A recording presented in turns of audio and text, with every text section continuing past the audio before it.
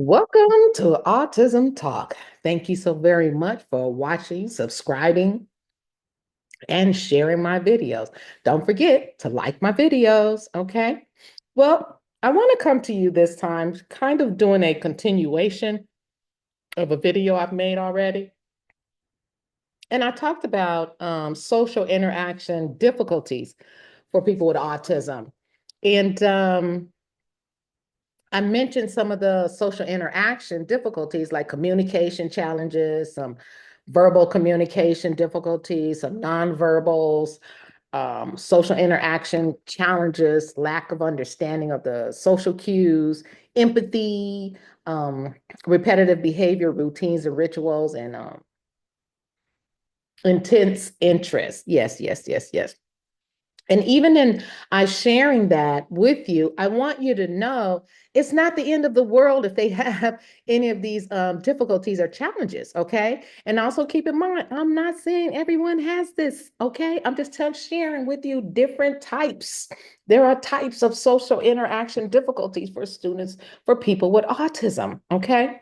So, and even if your person struggles with these challenges, guess what? There's an answer to it, okay? Yes, yes, there's an answer. So don't be bummed out and everything.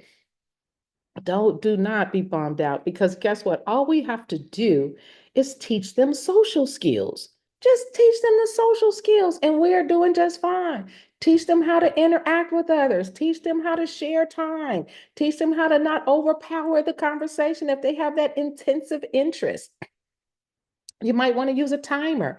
All right, we're going to have a conversation. I'm going to speak, you're going to speak, but you're only going to speak on your, we're going to speak on our topics. You might say 30 seconds, 2 minutes, a minute, whatever the timing may be. We're going to give you 30 seconds to speak on your favorite topic, okay? And I'll have 30 seconds to speak on my favorite topic. And you have a little timer and start that timer, and then he speaks. Get to tell you about his favorite topic. And then when his 30 minutes are up, then it's your turn. So now you're teaching him taking turns, sharing in the conversation, and not overpowering the conversation and just talk, talk, talk, talk, and not giving anyone else a chance to share their ideas and thoughts. You just teach it. All right. There are lessons. I, as a special ed teacher, taught social skills in my classroom. I taught students with autism and I taught social skills. I even taught them empathy. What does it mean and what does it look like? And try to empathize with others. And so they could give me examples of times when they showed empathy. Also, remember communicating, people communicate in different ways, lots of ways. Some people write, some sign language, some people looking at you, the nonverbals and everything. And then you have verbalizing. And then a lot of those that even when you're verbalizing your communication, your words and everything, sometimes they can't even put their words together to create a sentence, a grammatical sentence. So that might be, challenging. And we can help with that. We teach it in the classrooms, at home, when your child is trying to make that sentence or your person is trying to create a sentence or speak, you can correct that sentence and then have them repeat that sentence after you. It's like, what were you saying? Oh, okay. He may have left off a word, put too many words in there, used the wrong word. Go ahead and correct them. And in your correction, please don't make it seem like it's the end of the world. What? What'd you do? Why don't Oh, it's a friendly correction. You're just correcting what he said. That's it. Don't come down hard on him and let him know what the correction is and then have him repeat the sentence correctly. All right. So you're teaching the vocabulary, the words that they may need in communicating. Sometimes they don't even know the words. They don't have the vocabulary. And I am not saying that it had to be vocabulary words that are huge, these huge academic words, these 12-letter words. No, it could be something simple as stove. Okay. And they haven't developed the language or the word for that item. Okay. So just be patient, teach as you go along. Don't be rushed and trying to hurry them through things. Take your time and teach the skills. Yes, you may even have to teach them how to start a conversation with someone, with meeting someone. You can do role playing. I myself, with my own I would role play situations like going to the school dance, maybe going to homecoming. Do you want to dance when you're there? How are you going to ask the girl to dance? How is the girl going to ask the boy to dance? What are you going to say? And, and interact with one another. Yes. So do those role plays. Definitely. It'll help them communicate in social settings. It can be taught. Also, if your child is attending a public school, I can only speak on public schools. They should be being taught social skills in class.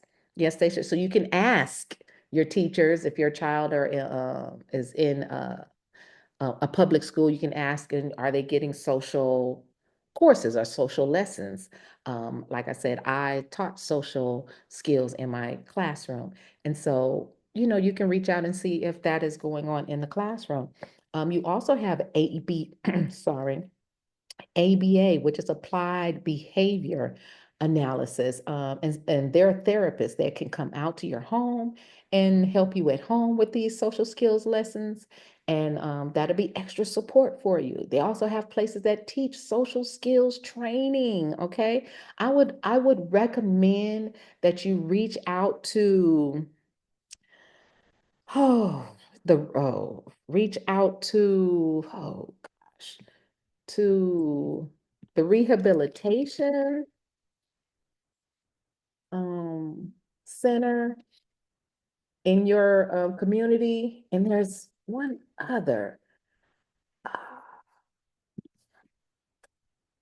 some kind of agency. Why I cannot think of the name of that, but as when it comes to me, I'll mention it. Okay. The regional center. There it is. The regional center. Make sure you reach out to your regional center in your community and they can help you with um, social skills lessons and training and therapists. Okay. So you're not in this alone. And make sure if you are questioning if someone in your family or yourself has autism or autism spectrum disorder, make sure you reach out and try to get I want to say a diagnosis as early as possible, because the sooner you get a diagnosis, the more access you have to support. Okay.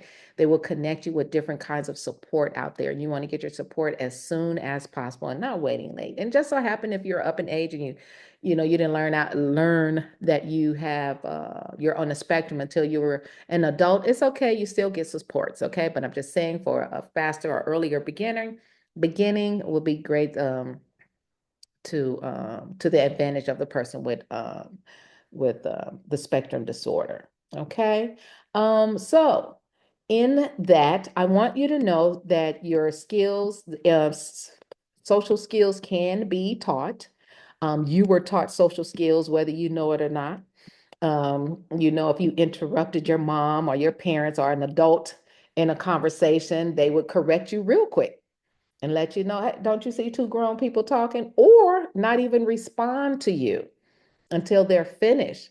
Or they even taught you how to say, excuse me. So you were being taught as it was happening. And you can do the same thing with students with autism. Teach them and interact with them as it's happening. You can also allow them to join different clubs, join social clubs, join be active in activities where they're interacting with others and they're being taught how to interact with others, being in social settings.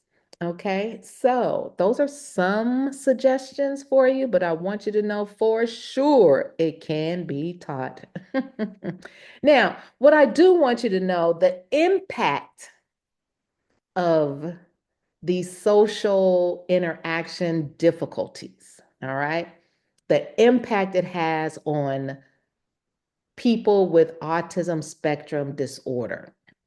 It could easily push them into social isolation where they don't want to interact with others because they feel awkward. They feel like they can't fit in. They're not interacting or engaging with them, so they're feeling left out, or it's like, hey, I didn't even, whatever. So they don't want to participate in that. The anxiety levels get high and everything. So they may get into social isolation and just stay off to themselves. And that's just fine for them. They may also be bullied, receptive to being bullied. Yes, because others are noticing that, like, oh, he interacts with us differently. So now they're going to start bullying him, and that's a very serious impact on a person. Okay. It may start developing some mental health issues. Might be, get into a depression, having high levels of anxiety, um, just, different types of emotions, be unable to interpret emotions. So they may suffer with some mental health issues. All right. So those are a few of the impacts that may, happen, that could occur. But what we can do to prevent that, or to not prevent, but interact with that, would be teaching the social skills, teaching them definitely the social skills, and that will help with some. Remember, as I mentioned before, it can be ABA therapy. You can do social skills training. You can do some social stories. You can do, what is it, role play, short stories, or social groups, them joining groups and things like that, or even being a part of the Special Olympics. Yes. Okay, so those are some of the things that I'm sharing with you about social interactions for students with autism spectrum disorder. If you have any questions, if you have any suggestions, please put them in the comment below. And thank you for watching the video. Please share my video and please like my video. Thank you so very much and have a great day.